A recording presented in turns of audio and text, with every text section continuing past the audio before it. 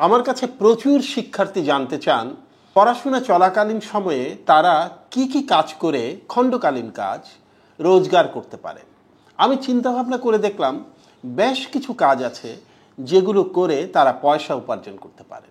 যেমন 1 নম্বর, video content team manager. এটি কিন্তু এখন খুব ডিমান্ডিং একটি ব্যাপার। আমাদের দেশে এখন প্রচুর ভিডিও কন্টেন্ট ক্রিয়েটর আছেন যারা তাদের টিমের জন্য খুব ভালো ম্যানেজার খুঁজছেন।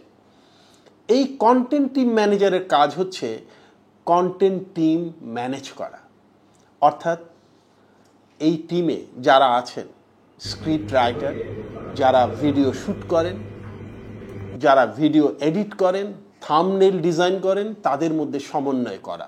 তাছাড়া শুটিং লোকেশন ঠিক করা, স্পন্সর ডিল করা এবং পুরো কার্যক্রমটির মধ্যে কোঅর্ডিনেশন সৃষ্টি করা হচ্ছে এদের কাজ।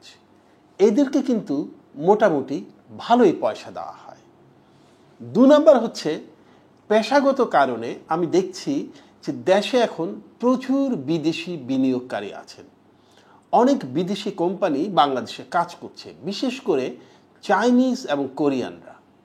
তাই একজন শিক্ষার্থী যদি একটি তৃতীয় ভাষা, বিশেষ করে কোরিয়ান কিংবা চাইনিজ ভাষা শেখেন, তবে সেসব কোম্পানিতে দোভাষী কিংবা খণ্ডকালীন কাজ করার সুযোগ সহজেই পেতে পারেন।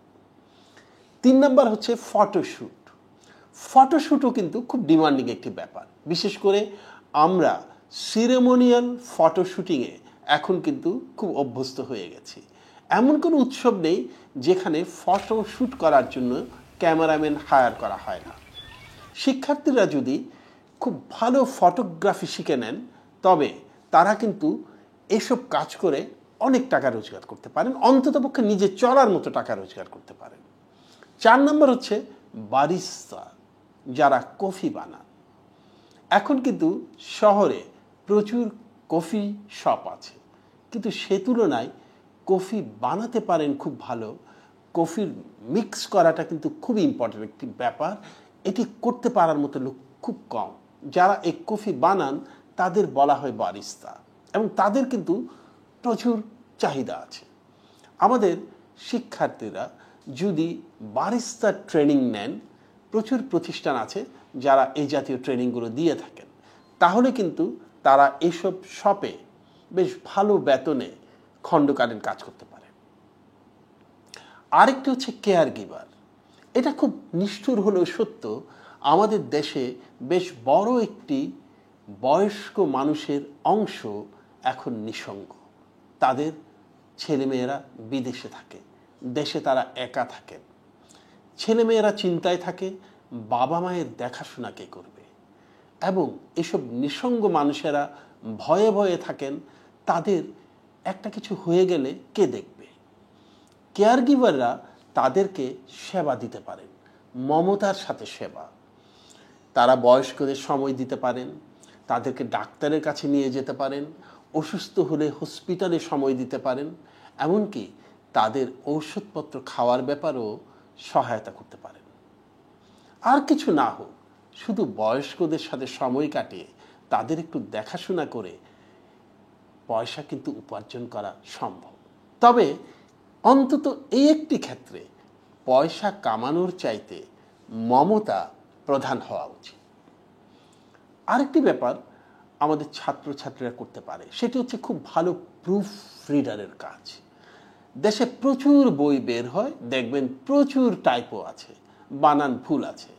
প্রকাশকেরা ভালো প্রুফ রিডার খুঁজছেন।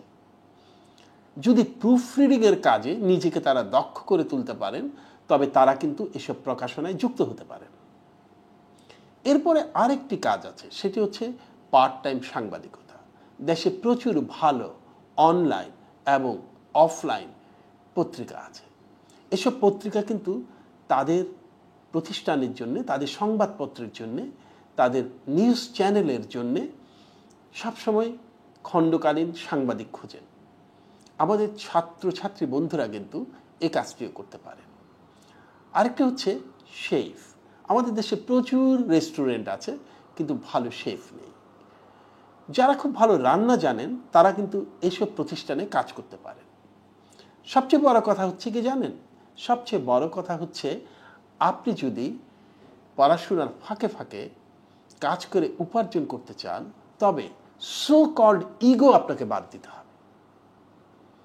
আপনাকে ভাবতে হবে আপনার সারভাইভালের জন্য আপনার রোজগার করা দরকার, নৈতিক পথে রোজগার করা দরকার, এবং সেই কাজটি করার জন্যে আপনি উপরের কাজগুলো বেছে নিতে পারেন।